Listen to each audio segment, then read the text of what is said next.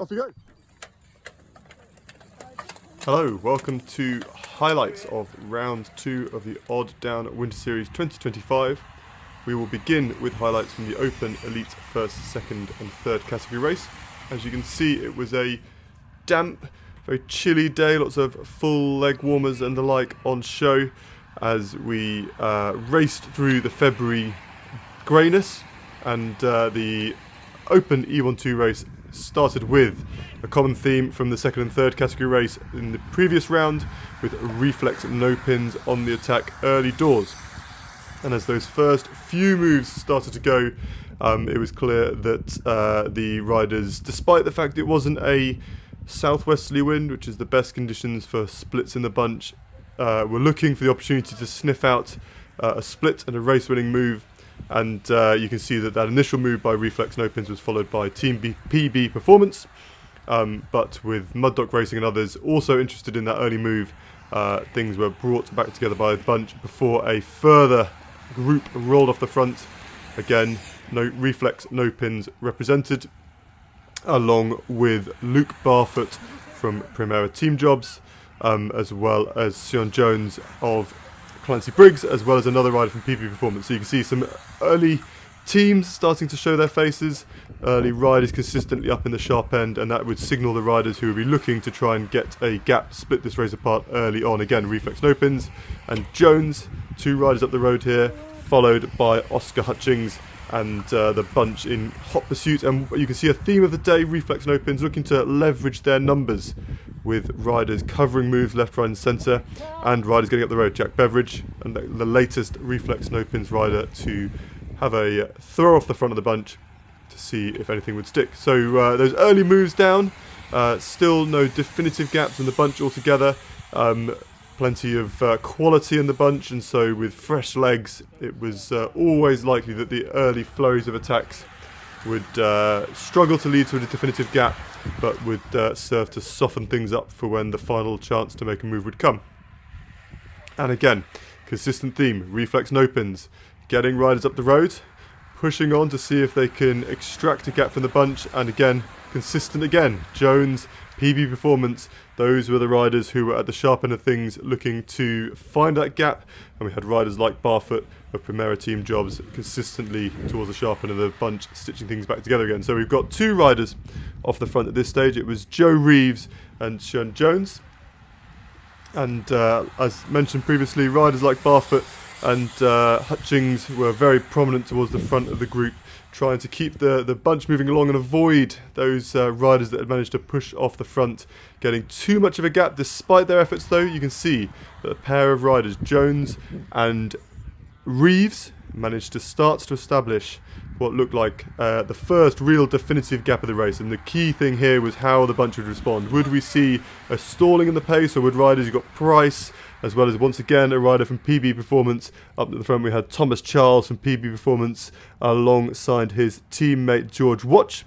And the real defining factor here was Reeves was in the breakaway. He was caught by Jones, but then actually couldn't hold the pace, and Jones was left up front on his own. And at this stage, the bunch, you can see Hutchings on the front there, looked fairly content that they, with only one rider to chase, that they had things under control. However, they took their foot off the gas and started to let that gap grow out, and Jones took full advantage, persevering with real application into that gap, and suddenly it was Reflex No Pins on the defensive trying to get riders across. There was a single rider fired over, led out by Jack Beveridge there in a kind of coordinated move to try and get across to Jones up front, but you could see that actually, having had an initial relaxed approach to this single rider breakaway, suddenly the alarm bells were starting to ring further back as the gap started to expand. However, with still a significant distance to go, it was far from a done deal, despite the fact that Jones was pushing on. There were riders in the gaps,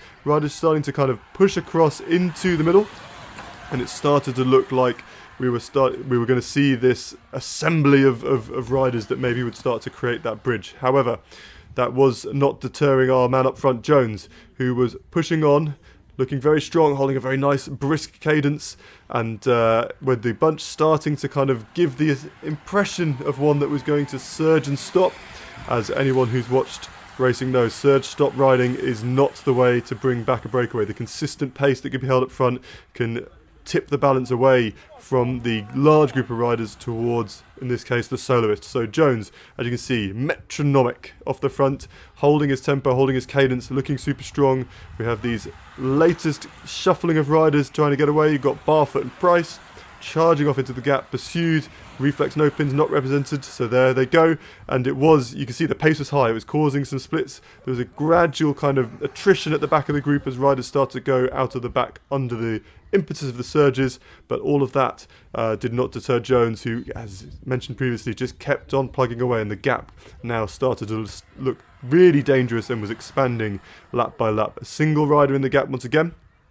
Looks to be Reeves once more, so was up there with Jones earlier in the race in a two-person breakaway, now in the middle of the gap trying to get across back to the rider he was with earlier and potentially start to hold off the bunch supported by his teammates. There goes Jones. Once more, you can see consistent theme. It was hanging in the balance. It was a long time to be solo, despite the lack of a coordinated chase from behind.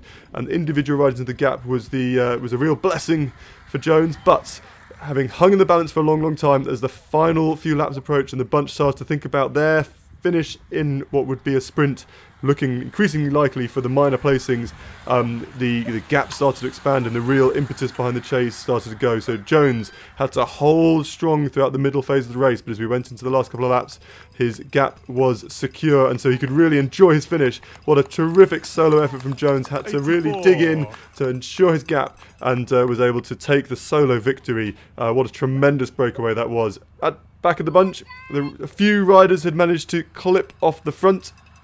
And I got a comment from the rider who ended up finishing third here, just pipped in the sprint by Reeves. Daniel Burt was the mysterious rider in black in last week's highlights, coming home for third place. So the top three of the day in the elite first, second and third category race was fantastic solo breakaway. Sean Jones with second place going to Joe Reeves of Reflex No Pins and Daniel Burt in third. On to the women's, or the female, should I say, third and fourth category race. Really solid 17 entrants, a few non-starters due to this race facing the worst of the conditions. It was a little bit more drizzly and fairly blustery, but nothing really by odd down standards, certainly in February. And so with a strong field assembled, a southerly breeze teasing across a crosswind and the home straight, we were underway. The early pace saw a few riders starting to find that the accelerations out of the corners were starting to cause a few problems, and the early pattern was established of a consistent tempo being set to try and start stringing out the bunch. It was Rosie Wild was one of the prominent riders early on, but it was Nina Wareham who was at the front of things for Pronto Bikes, and her consistent pace setting saw the front group down to 5 riders with a chasing trio behind. And it was a real established pattern through the first half of the race. We had Nina Wareham on the front and the 4 riders looking to cling to her coattails, so to speak, and then a trio of riders working together behind to attempt to peg that gap. Then the definitive attack came. Catherine Brand, University of Bristol CC, made her move approximately halfway through the race, and that immediately took that group of 5 down to a single rider up front and what was initially a group of 3 pursuing, but under the impetus of that attack from Brand, it was then down to 2. Wareham herself with Zoe Bainbridge in pursuit, Ellen Ruck in 4th spot on her own with Jana Poljak further down the road, and there was a really consistent ride. Apologies, I've lost the name on the list, but rider in 6th place. What a tremendous ride. She was on her own for the huge chunk of the race in pursuit, originally in that group of 5, and then as the race panned out, it turned into what started to resemble a time trial. Riders on their own, the tough conditions had really blasted that group apart. Catherine Brand's attack Catherine Barnes, had left the race in splinters, and so it was down to rider and against rider, all battling the kind of breezy conditions, and it looked as though the gaps were going to expand. However, Catherine Barnes was slowly reeled in. Nina Wareham having set that initial pace, it looked like a definitive gap. However, she managed to make the catch with a few laps to go, and we were set for a grandstand finish between the front 2, having looked like a race-winning move from Catherine Barnes. It was then down to a sprint finish. 95. Barnes would not be denied though. She took the win ahead of Wareham, with third place going to Zoe Bainbridge of University of Bath. So a terrific race, a really brutal effort from all, and congratulations to everyone that raced that one. On to the final race of this highlight, Open 3-4 time. Largest field of the day. We had a sellout race, a few no-shows again, the weather putting a few off, but a keen bunch of early season third and fourth cat open riders, and with a bunch that size it was always going to prove a attritional race at the back as the bunch would shrink down. But the question was, would any riders be able to see themselves off the front of the group for a definitive breakaway? We had breakaways in both the other races, and the early move came from a pair of riders up front. They were Richie Self of University of Bath Cycling Club, and also it was Angus Collard of Portishead Cycling Club. And as you can see, they pushed away and looked like a really, really solid working pair, working together almost immediately, and the bunch was large in size but low in coordination. However, despite that, the sheer weight of numbers meant that it looked early on as though the gap was being pegged. We had a number of riders getting strung out at the back as the impetus of the group continued to work along, and the leading duo had what was sustained at around a kind of 10 to 15 second gap, if that, for a long time.